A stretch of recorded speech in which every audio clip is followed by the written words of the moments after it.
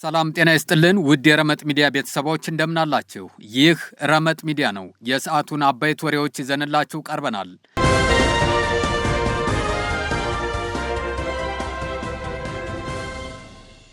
የአሜሪካ የትራንስፖርት ደህንነት አስተዳደር ወይም TSA ሪያል አይዲ መለያ የሌላቸው ተጓዦች የማንነት ማረጋገጫ ሂደትን ለማለፍ $45 ክፍያ እንዲከፍሉ የሚያስገድድ አዲስ አሰራር ይፋ አደረገ።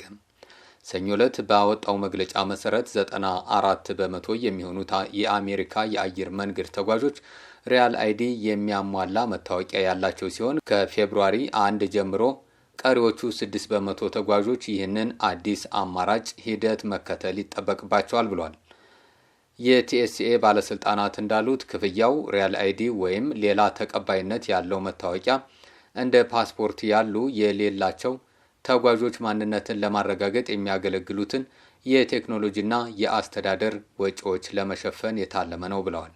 አዲሱ ስርዓት ኮንፊርም አይዲ የሚል ስያሜ የተሰጠው ሲሆን ሪያል አይዲ የሌላቸው ተጓዦች የሚከተሉትን ደረጃዎች እንዲከተሉ ይጠበቃል።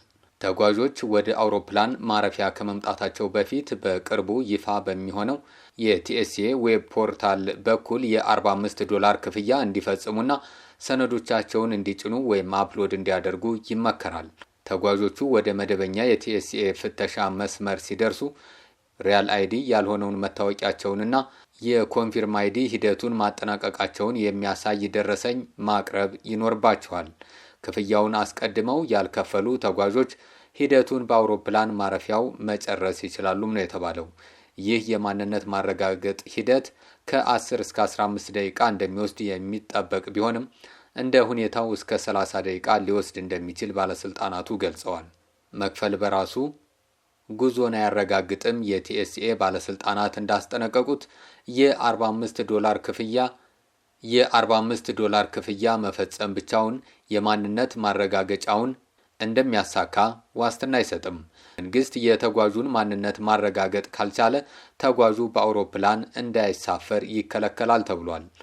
አንድ ጊዜ የሚፈጸመው የ$45 ክፍያ ከመጀመሪያው በረራ ጀምሮ ለ10 ቀናት ብቻ የሚያገለግልም ነው ተብሏል።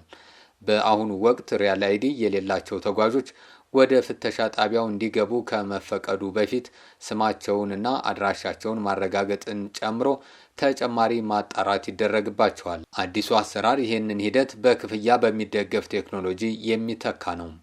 TSA ሪያል አይዲ ከሌሎት የሚከተሉት መታወቂያዎች ሙሉ በሙሉ ተቀባይነት እንዳላቸው አስታውቋል። ከነዚህ አንዱ ካሎት ምንም አይነት ተጨማሪ ክፍያ አይጠበቅበትም ተብለዋል።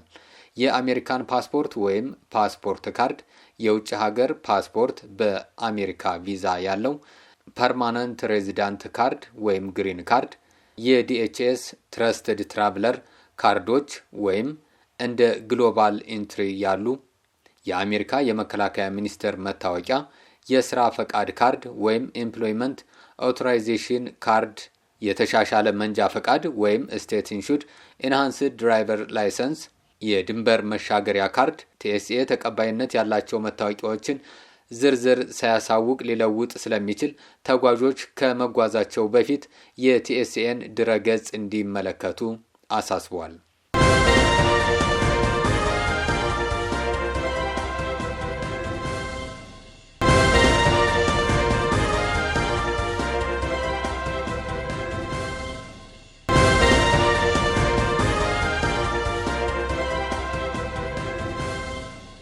ለሰዓቱ የነበሩን መረጃዎች እነዚህ ነበሩ። ላይክ፣ ሼር እና ሰብስክራይብ እያደረጋችሁ ቤተሰብ እንድትሆኑ በአክብሮት እንጠይቃለን። አብራችሁን ስለቆያችሁ ከልብ እናመሰግናለን። ጤና ይስጥልን።